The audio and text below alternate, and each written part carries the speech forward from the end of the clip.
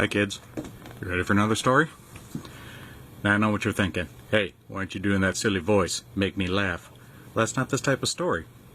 This story is about a little girl and her pet bunny. Wait a minute, didn't we already do this? But that's the great thing about great stories. Great stories have great sequels. And tonight, we are going to find out what Trixie's been up to. Tonight, we are going to read Knuffel Bunny Too. Now, if you remember from last time, Trixie's mommy and daddy got married, then Trixie was born, and there she was as a baby, and she got older, and now, look how old she is.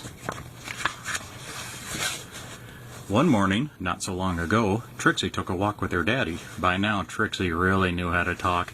Guess what I'm going to do? I'm going to show Amy, I'm going to show Meg, and talk and talk. Then I'll show Margaret, then I'll show Jane, then I'll show Leela, then I'll show Rebecca, then I'll show Noah, then I'll show Robbie, then I'll show Tashi, then I'll show Casey, then I'm going to show Connie, then I'll show Parker, then I'll show Brian, and then... Trixie was excited because she was taking her one-of-a-kind Knuffel Bunny someplace very special. Come on! Where do you think that was? School. As they go up the steps, down the hall, and into her classroom.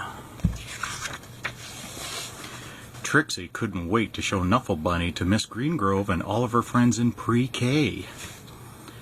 But just as her daddy kissed her goodbye, Trixie saw Sonia. Oh, look at that. Suddenly, Trixie's one-of-a-kind Knuffel Bunny wasn't so one-of-a-kind anymore. The morning did not go well. Knuffel, knuffel, knuffel, knuffel. See, she's showing off her Knuffel Bunny. She's looking a little mad, and the teacher heard them fighting. The afternoon was worse, huh? Teacher took both Knuffel Bunnies away. See them up there up on the top shelf? When the school bell rang, Mrs. Greengrove returned the Knuffel Bunnies. The day got better. There's Trixie playing. Before she knew it, it was time to go home. Trixie ate her dinner, devoured her dessert, brushed her teeth, tried to escape the mommy and daddy robots from planet Snurp. At 1:30 bedtime, Trixie was tucked in, ready for sleep. But a few hours later, you're sleeping, tossing, she wakes up. Trixie realized something. Trixie marched into her mommy and daddy's room and said, "That is not my bunny."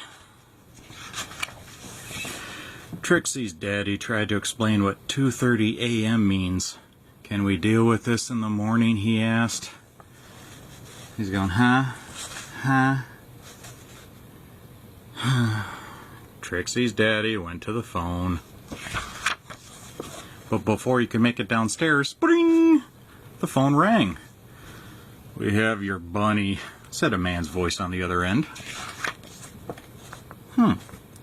"We have yours," replied Trixie's daddy. Arrangements were made. See him leaving? Trixie and her daddy rushed across the neighborhood. Trixie did not want to be late. Neither did Sonia. There was an exchange, and the Knuffel Bunnies were back where they belonged. "I was so worried about my bunny," said Sonia.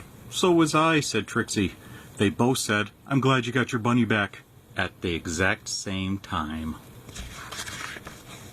And that is how Trixie found her first best friend. The end. Well, there's a little bit more to the story. See, Trixie's dad, that's what happens to adults when we have to get up at 2:30 a.m. The next morning, both Trixie and Sonia rushed to school. The new best friends had a lot of catching up to do. "Do you want to play with my Knuffel Bunny?" "Sure, do you want to play with mine?" Now it's the end. There you go. And that was Knuffel Bunny Too. Now, go clean your room or something.